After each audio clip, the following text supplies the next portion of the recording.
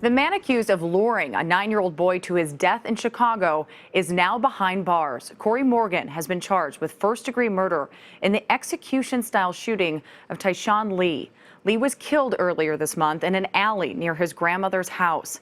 Investigators say that Lee was caught in the middle of a gang rivalry, and today police vowed to go after both gangs. They're going to be obliterated.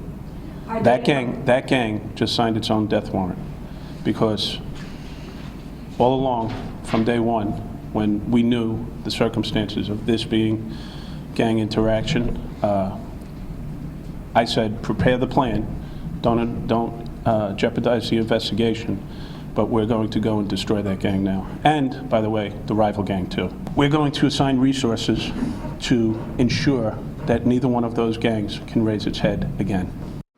Crimesider's Graham Cates is here for us this afternoon. And Graham, I have to ask, what's the evidence against Corey Morgan, and how did police kind of catch up with him? Police haven't said what exactly has tied him to the murder, but he's been a suspect from pretty early on. And he was actually arrested last week for a gun charge, but that was, police said that gun was unrelated to this one, although it was the same caliber as the one used to kill this boy. And he was arrested that time with a second man. And police have said there's another person in custody, and they haven't verified if that person is the same one that they're tying to this murder. And they're also actually searching for one other person who will be tried with murder if they catch him. His name is Kevin Edwards, and they're saying that they believe he knows that they've been looking for him and that he's hiding out somewhere. Wow.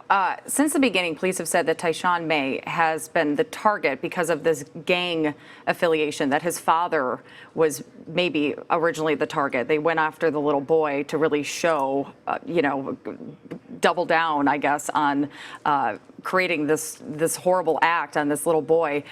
But the father keeps saying that he has no gang affiliation. So what do we need to sort out here?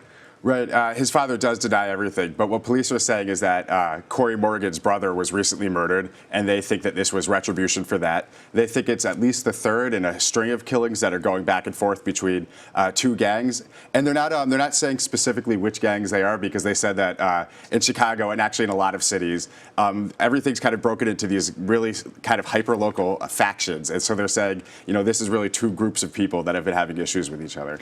Well, I know we heard the police chief just a few moments ago saying that he wants to obliterate these gangs. But when you go and do that, doesn't that create kind of an atmosphere where then other gangs can try to take over the streets? It can cause kind of a negative atmosphere. Yeah, this is something that Chicago has heard before, this kind of really familiar pattern where there's a particularly heinous crime where a child gets killed, and then the police say this gang is going to be wiped off the face of the city.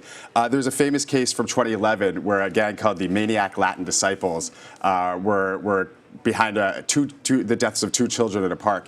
And over the next year, police arrested 2,000 people they said were associated with that gang.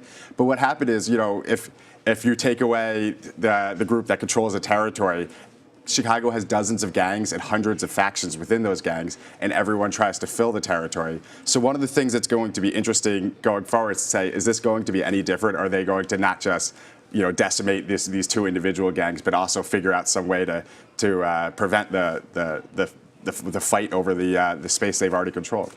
Well, and that's with the other suspects that you were talking about. Do they have gang affiliation? Do we know? Or what do we know about the other suspects in this case? According to police, they're both in the same gang as Corey Morgan, and they're saying that they've been in this fight with a gang that they're saying Tyshawn Lee's father is a part of. Of course, again, he's saying he's not. Yeah. And they're saying they've been going back and forth, and that they're going to target both of them.